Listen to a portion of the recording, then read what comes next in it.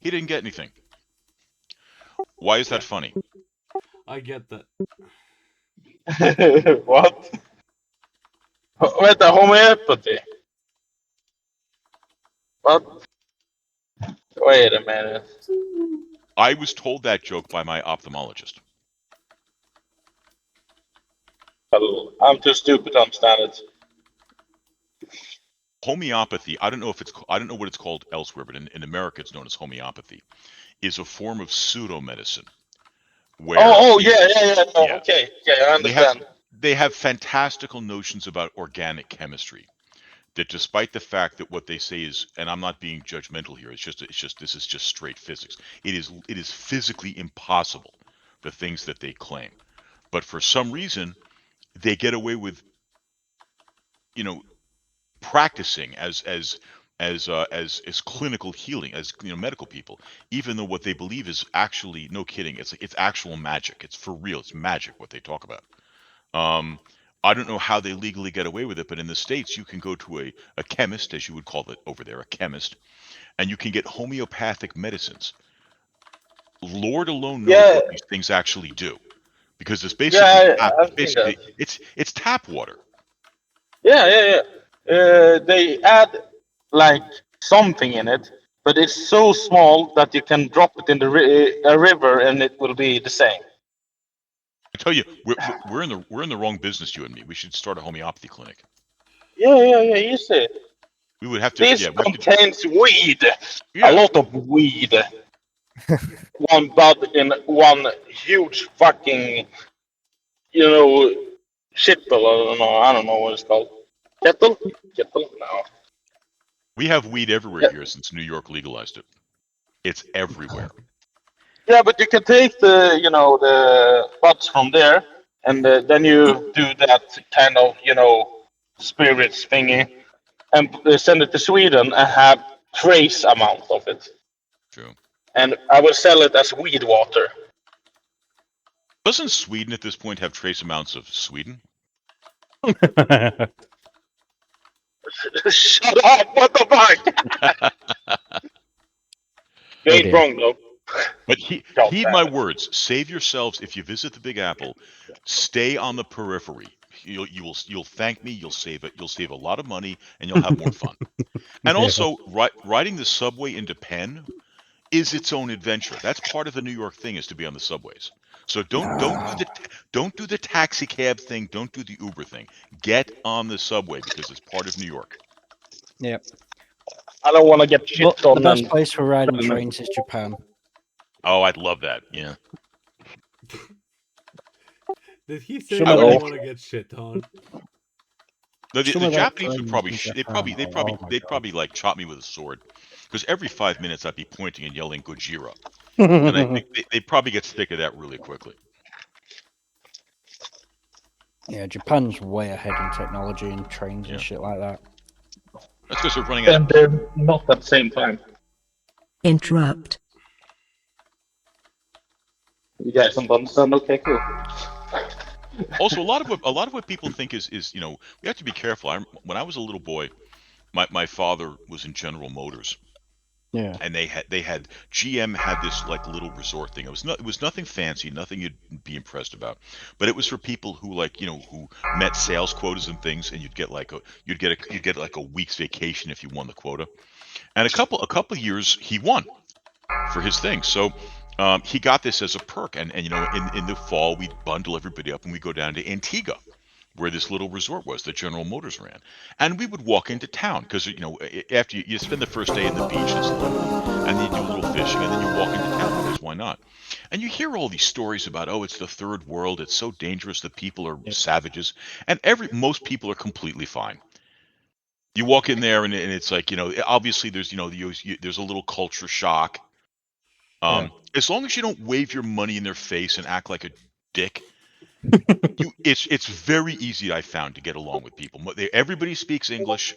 And it's. I mean, I was a little kid. I'll be back up in a minute, guys. Cheerio. I'm walking around there, with a full wallet of American dollars. I'm 10 years old. There's nobody with me. Everyone was cool. I never felt in any danger. You know, they would tell me about the couple guys tried to like give me bottles of rum because they thought it was funny. Hey, give the little kid a drink. And so I bring them back, and Dad would drink it. So problem solved.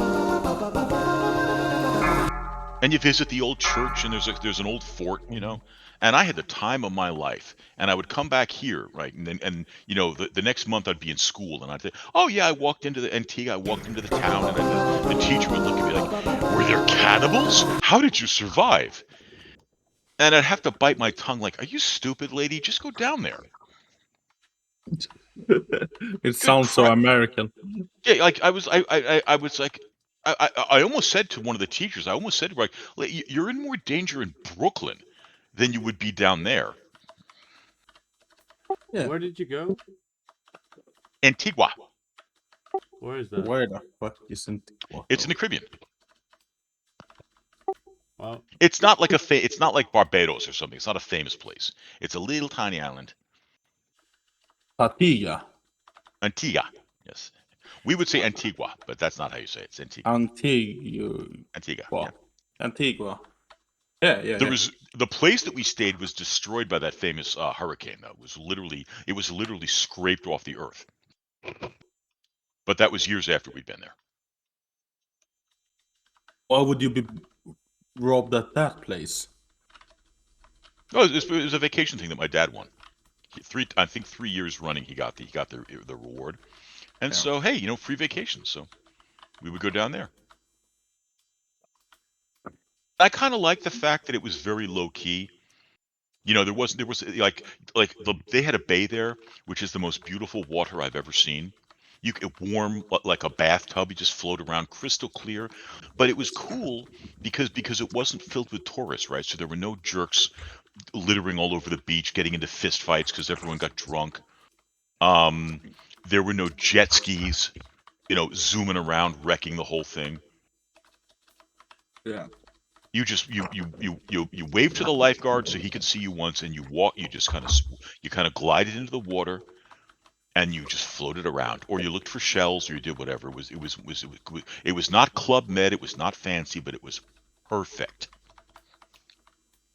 And if you wanted to spend all day floating around, you didn't feel like, oh no, I'm missing all these big events, because there were no big events. You had to make your own fun. Kind of like Vanilla WoW.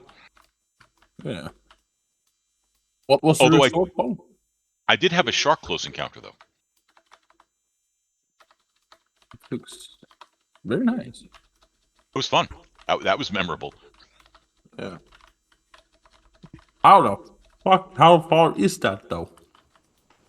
Like miles from like the Florida tip. I don't know. I don't know the freedom units. Right. It was a It was I remember it's a local airline. It was like Caribair or something. It was not a jumbo jet. You kind of hop the islands. And oh, it's over there. Cool. their airport was like something you'd see on like a small Air Force base. It was not fancy. There was one tower, a couple of planes at any given moment. You know, there was no customs. How about that? You just walked off the plane, you know, and asked where's the whatever the name of this place was. Oh, it's down the beach, man. You go down to get to my brother have a truck. He drive you down, and then you loaded your stuff and you're banging off in this ancient truck. And next thing you knew, you were in vacation time. Later on, the cops would come and check your paperwork and everything, but you just walked out of the airport. It was no muss, no fuss. That was life in 1977. All right. Yeah. Did they smoke on the plane as well? Still? The late 70s were the end of smoking everywhere. It was beginning to get shut down. I remember as a kid seeing the signs go up in different places. No smoking, in the beginning they were giant signs because people were still doing it all the time. Yeah. Restaurants, hotel lobbies. And then it was a lobby was okay because you could open the doors and air the place out. But then even that, and one by one the fire codes changed. And that's what did it. It wasn't insurance companies. It was the fire codes, municipal fire codes. In Sweden, it was a health hazard.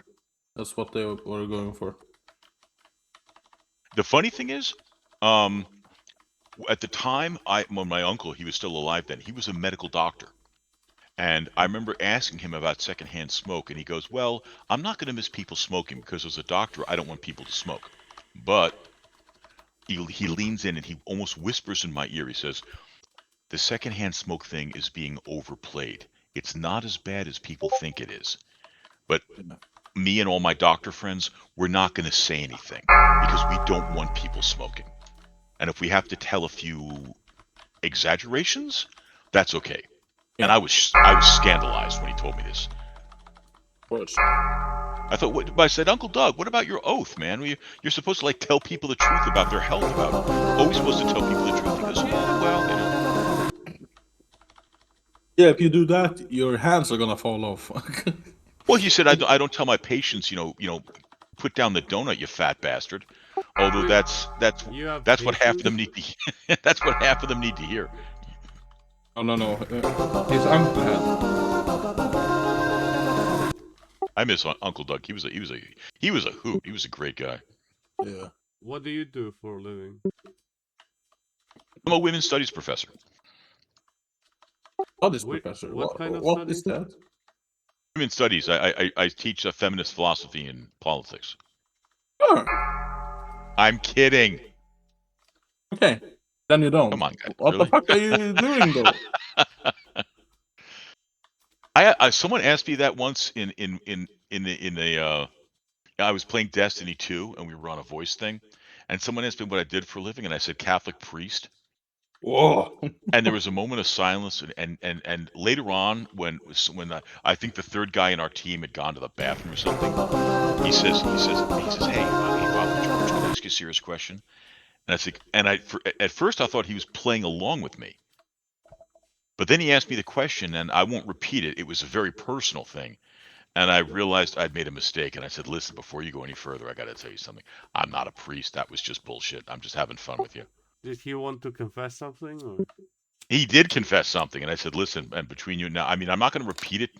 I haven't repeated it, what the actual thing he said, and I never will. Was it kid but diddling, murder? no, if he was harming people, I would have ratted him out because I knew his real name. But I said, listen, you need to, I can't help you, but other people can. So you need to